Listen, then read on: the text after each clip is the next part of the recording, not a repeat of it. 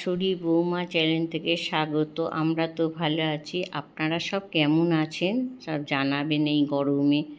আর আমি আজকে ডিমের মামলেট করে একটু রেসিপি করছি। তার জন্য তো ডিমটাকে না ভালো করে এই কাঁটা চামচে দিয়ে আর একটু সামান্য লবণ দেবো, কেন যখন তরকারি করব লবণ দেব।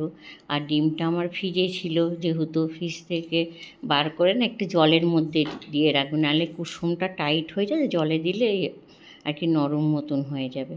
তারপর কড়া গরম করে একটু চাপা দিয়ে দেবো, চাপা দিলে কী হবে, ডিমটা ফুলবে আর দেখতেও ভালো লাগবে। এবার ডিমগুলো আমি সব ভেজে নেবো এরকম করে।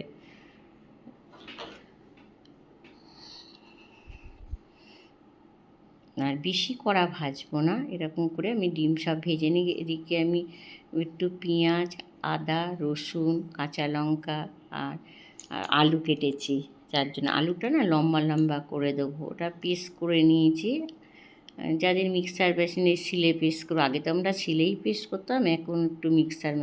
আর কাঁচা লঙ্কা, শুকনো লঙ্কা দিয়ে দেবো তার সঙ্গে, আর পেঁয়াজ দিয়ে দেবো। আর এটা একটু আধ ভাজা হবে, যাতে ভাজাটা হোক, তারপরে আলুগুলো দিয়ে দেবো। আলুগুলো দিয়ে দিয়ে আমি ভাজবো।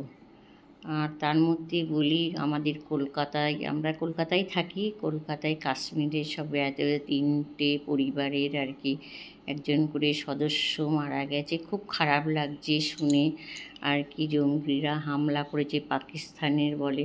এই কেমন যে এত থাকে সেনাবাহিনী, তার মধ্যেও যে কি করে হয়ে গেল বুঝতে পারছি না, খুব খারাপ লাগছে। আমরাও কাশ্মীর ঘুরেছি, যেখানে যেখানে ঘুরেছি ওগুলো এখন চোখের সামনে আমাদের ভাসছে, যেটা কি দৃশ্য হলো। মানুষ কোথায় তাহলে নিরাপত্তা পাবে? মানুষের তো কোথাও বেরিয়েও শান্তি নেই তাই বলছি, মানুষ যে কী যে হয়ে গেল কেউ আমরা বুঝতে। আর এদিকে আমি না ওর সঙ্গে পেঁয়াজ আদার যে বাটাটা বেটেছি ওটা দিয়ে দেবো, দিয়ে এটা কষতে আরম্ভ করে দিলাম। দিয়ে আর আমি যেটা বলছিলাম, যে সত্যি তাই, মানুষ যে বেড়াতে যাবে এই বাচ্চাদের নিয়ে পরীক্ষায় গরমের ছুটিতে, সবাই তো ঠান্ডার দেশেই যাবে। আর কাশ্মীর মানে আমাদের ভূস্বর্গ, ওখানে সবাই যেতেই ভালোবাসে, কিন্তু যে কি হয়ে গেল বোঝাই যাচ্ছে না সত্যি। তাই খুব খারাপ লাগছে তাদের, যাদের পরিবারকে আর কি জানাবো, কি সান্ত্বনা দেবো জানি না, খুব খারাপ লাগছে এত আর কি। কি ভালো লাগছে না তো শুনে, মনটা খুব খারাপ। তবুও তো খাওয়া দাওয়া তো করতেই হবে সকলে, তার জন্য আপনাদেরকে একটু এই রান্নাটা আমি দেখাচ্ছি। আর জিরে গুঁড়ো, ধনে গুঁড়ো দেবো। আর এটা আমি কাঁচা লঙ্কা দিয়েই করছি, গুঁড়ো লঙ্কা দেবো না এর মধ্যে। দিয়ে এটাকে ভালো করে আবার একটু কষাতে হবে, যাতে কষে। আর এদিকে না আমি একটু গরম জল করে রেখেছিলাম। এমনিতে সবসময় তরকারিতে না একটু গরম জল দিলেই ভালো হয়, ঠান্ডা জলে দিলে তার একটু দেরি হবে, ওই জন্য গরম জল অল্প দিয়ে একটু কষে নেব, যাতে তেলটা ছাড়ে। যে খুব যে তেল দিয়েছি তাও না, হালকাই তেল দিয়েছি। এবার একটু তেলটা ছেড়ে গেছে, তারপরে অল্প ধনে পাতা দেবো, পরে আবার আর একটু দেবো। হ্যাঁ, আপনারা খেয়ে দেখবেন এই তরকারিটি গরম ভাতের সঙ্গে বা রুটির সঙ্গেও খেতে পারেন, হালকা পাতলা তো খুব ভালো লাগবে খেতে।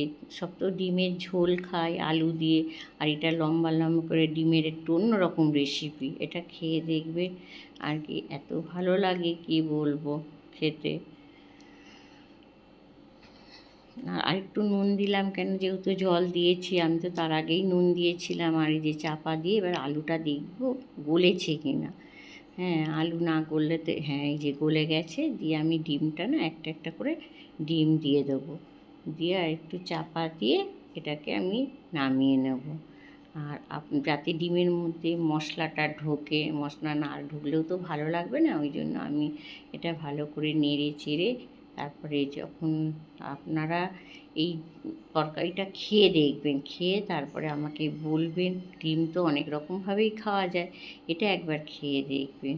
আর উপর দিয়ে ধনেপাতা ঢেলে দেবো, দিয়ে তারপরে আমি নামে আর গরম ভাতের সঙ্গে খাবেন, খুব সুন্দর লাগে। যদি আমার এই রান্নাটা আপনাদের ভালো লাগে তাহলে একটা লাইক দেবেন, কমেন্ট দেবেন, শেয়ার করবেন।